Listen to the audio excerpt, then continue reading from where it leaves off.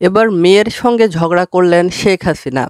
শেখ হাসিনা তার কন্যা সাইমা ওয়াজেদ পুতুল এই দুইজন ব্যক্তি একটি বিষয় নিয়ে মতবিরোধে জড়ান, বাক বিতণ্ডায় জড়ান। বাংলাদেশের সাবেক প্রধানমন্ত্রী শেখ হাসিনা 5 আগস্টে ক্ষমতাচ্যুত হওয়ার পরে প্রতিবেশী দেশ ভারতে অবস্থান করছেন এবং ভারতের রাজধানী দিল্লিতে লুটিয়েন্স বাংলো জোনের একটি সুরক্ষিত বাড়িতে তিনি থাকছেন।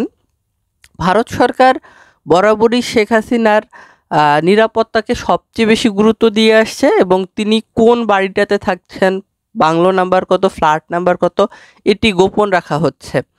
তো শেখ হাসিনার কন্যা সাইমা ওয়াজেদ পুতুল তিনি বিশেষ চাহিদা সম্পন্ন শিশুদেরকে নিয়ে, অটিস্টিক চাইল্ডদেরকে নিয়ে তিনি কাজ করেন। তিনি জাতিসংঘের চাকরি করতেন।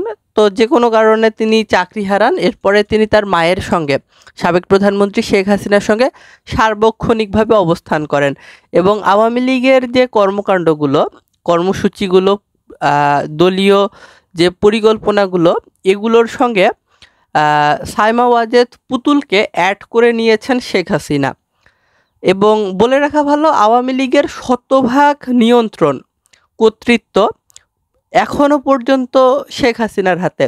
এবং যারা আওয়ামী লীগকে সমর্থন করেন তারা এক বাক্যে শেখ হাসিনার প্রতি তারা আনুগত্যশীল এবং শেখ হাসিনাকে মেনেই, শেখ হাসিনার প্রতি শতভাগ আস্থা রেখে শতভাগ আনুগত্য প্রদর্শন করেই তারা আওয়ামী লীগের রাজনীতি করছেন 5 আগস্ট পরবর্তী সময়ে, বিগত 1.5 বছর ধরে।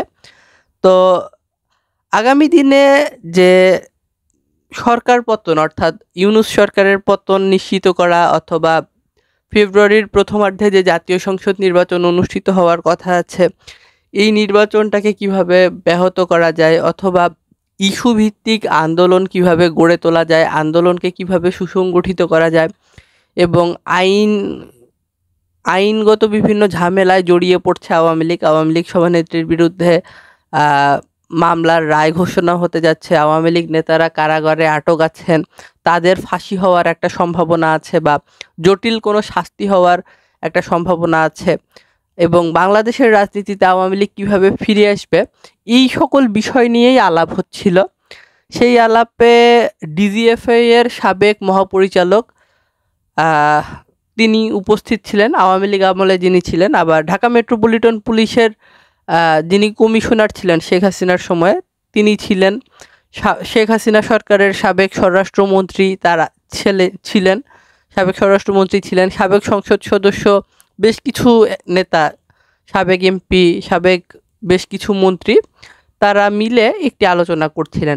আলোচনায় মূলত বিরোধটা যে বিষয়ে, সেটি হলো সাইমা ওয়াজেদ পুতুল শেখ হাসিনাকে বলেন, তুমি যে মানুষগুলোর সঙ্গে আলাপ করছো, এই মানুষগুলোই তোমাকে ডুবিয়েছে, বা এই মানুষগুলোর কারণেই আজ তুমি এই অবস্থায় আছো বা তোমার এই বেহাল দশা। তো শেখ হাসিনার বক্তব্য ছিলেন, এই মানুষগুলোর জন্যই যেহেতু আজ আমার এই অবস্থা, তো আমি যদি ব্যাক করতে চাই, আমি যদি নিজেকে নিজের পূর্বের অবস্থায় ফিরিয়ে নিয়ে যেতে চাই, আমাকে এই মানুষগুলোকে নিয়েই কাজ করতে হবে বা এই মানুষগুলোর সঙ্গেই কাজ করতে হবে, বা কোনো স্বপ্ন দেখলে, কোনো পরিকল্পনা দেখলে সেই স্বপ্নের অংশ হবে এরা, এবং এই মানুষগুলোকে দিয়েই সেই পরিকল্পনাগুলো বাস্তবায়ন করতে হবে। এটি ছিল শেখ হাসিনার বক্তব্য।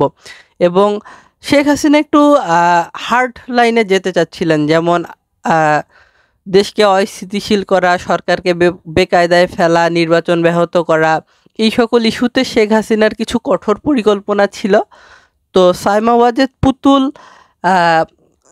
শেখ হাসিনাকে বলছিলেন যে তুমি আপাতত স্টপড থাকো, বা আপাতত এত হার্ড হওয়ার প্রয়োজন নেই, বা আমরা এত হার্ড স্টেপ আমরা আপাতত নিব না, পরবর্তীতে কঠিন বা কঠোর যে কোনো পদক্ষেপ বা পরিকল্পনা পরবর্তীতে নিব, আপাতত নিব না। এটি নিয়ে শেখ হাসিনার সঙ্গে সাইমা ওয়াজেদ পুতুলের বাকবিতণ্ডা হয়, দ্বন্দ্ব হয়। মামে তো ছোটোখাটো একটা ঝগড়া হয়েছে, এমন তথ্য পেয়েছে বাংলাদেশের বেশ কিছু গণমাধ্যম, এবং সেই তথ্যের ভিত্তিতে খবর প্রকাশিত হয়েছে। সেই খবরটি আমি আপনাদের সঙ্গে শেয়ার করলাম।